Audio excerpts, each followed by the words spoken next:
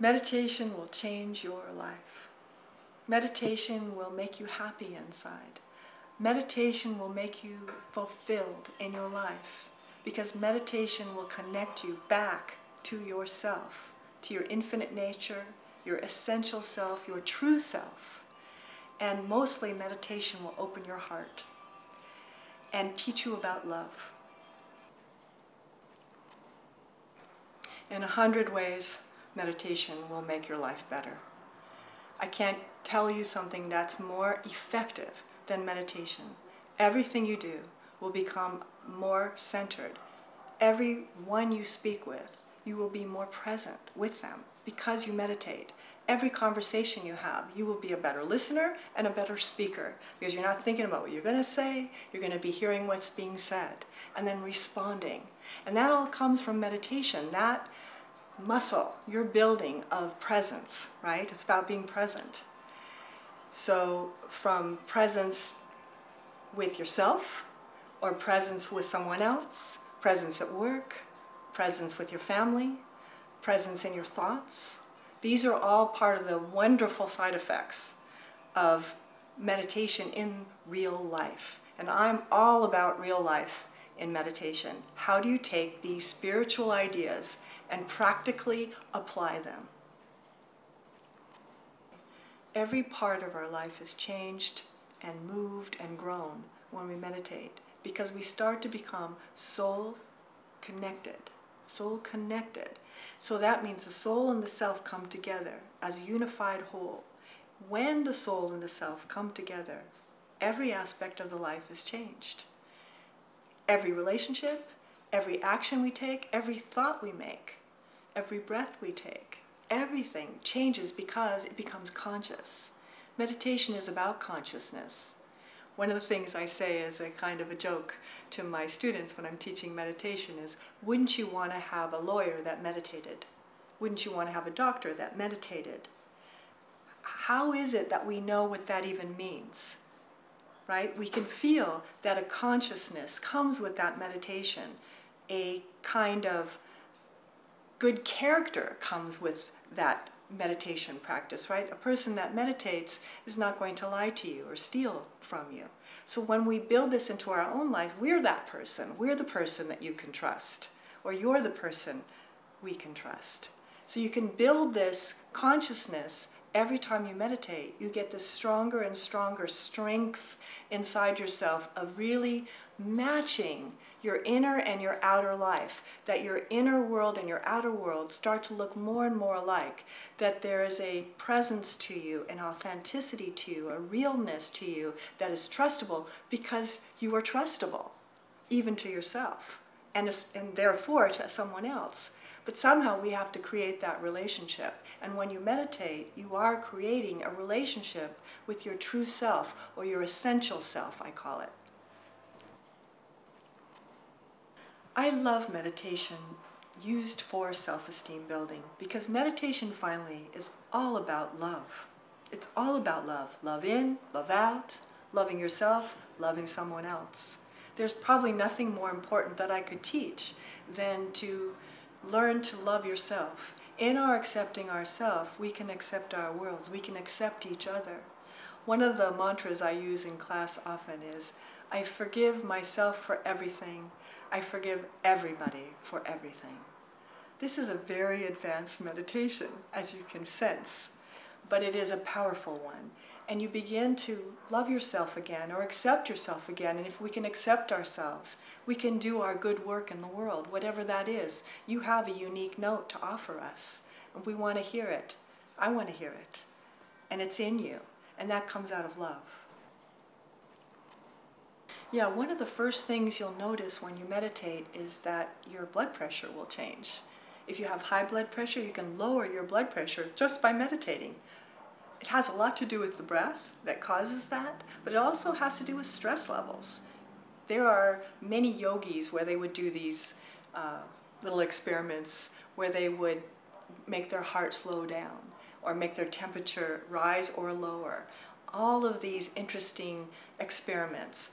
And when you meditate, you start to be able to have power over your own body, to be able to move through illness if you are unwell, to get better faster, to heal faster when you're in the hospital or if you've got a cold.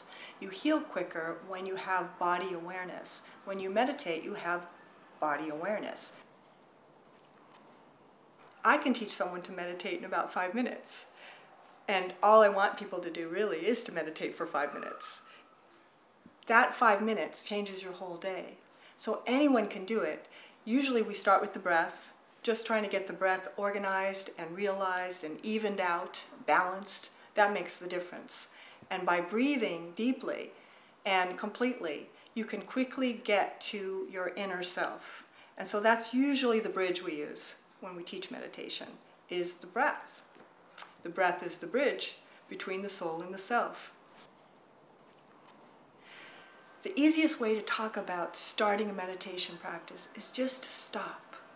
To take any moment in any time of your day, to just stop for a moment and take a minute or 2 or 5 and pause. And in that moment, as you pause and you use your breath to make that connection, you begin to create that connection again, soul to self. It's as simple as taking a breath. It's as simple as pausing. It's as simple as being present right now. That's what the mind does. It thinks. Our ego, our minds are designed to think. That's what they do. What we're looking for in meditation are the spaces between, those little pauses where, and you pause, and in that moment, there's something else. There's something bigger. There's something vast. You tap into that great big giant resource of universal energy that's there for a moment. And the most wonderful thing about meditation and metaphysics to understand is there is no time in the way that we measure it. And so even if you just touch it for a moment, it's equal to a lifetime. Sometimes it works like that. So it doesn't matter that the mind is thinking, because it will. And it just is designed to do that. So there's nothing to try to change about that except to nurture or make space for these little pauses that happen between the breaths, that happen between the thoughts. That's where love lives. The first thing that's taught in meditation almost always is breathing. It is a regulator, and it is a way to measure yourself. And it is a way to start to create that relationship between the soul and the self. The breath is the bridge between the soul and the self. And so the breath becomes this bridge, this pathway, this regulator that matches the mind to the heart, in a sense. And so the breath is used in many, many ways. All these exercises that are designed in meditation for breathing to help create that relationship. Simply, though, just being mindful of the breath is enough, and it begins to create that state of itself. You don't need to know all of those breath tricks in order to do it. You can just consciously breathe. When I'm in between clients or in between activities in a day, I may have 1 minute in between one activity and the next. But my meditation practice has created in me a place, a reference point where my center is. And what I can do in any moment is take a breath. And so I do. And then I'm present again for the next thing that's happening. You know, there's hundreds of ways of meditating. And there's all kinds of styles and traditions in the world. And different people say different things about how to meditate. There's transcendental meditation, there's vipassana meditation, concentrating on the breath. There's many, many more. But I would say that the way you naturally move to get still in yourself is probably the quickest way for you to meditate, meaning for yourself, like what matches your personality. You'll find yourself gravitating to certain things just naturally. Someone will invite you to an interesting class that they've heard of, and then you'll go to it. And why did you go to that class? That class, for some reason, you got called to. There's probably a reason for that, that was your first experience with meditation, or this might be. that maybe this is the first place you've heard of meditation is right here, right in this conversation. And then this is the right place for you to be. So I like to try to follow the soul, I call it, following spirit, following your own rhythms, trying to really trust that what's brought to you in your life is the right thing for you in your life. Pretty much you'll find that you won't be able to sit completely still right away when you meditate, and it doesn't really matter. It's not about sitting still. Meditation is teaching you to be still. So it doesn't matter if you're restless-minded. There isn't anyone on the planet that isn't restless-minded when they sit to meditate. It's completely normal to feel restless-minded or even restless-bodied, where you're feeling kind of nervous and tense in the body, because that energy is happening all the time. You're just noticing it.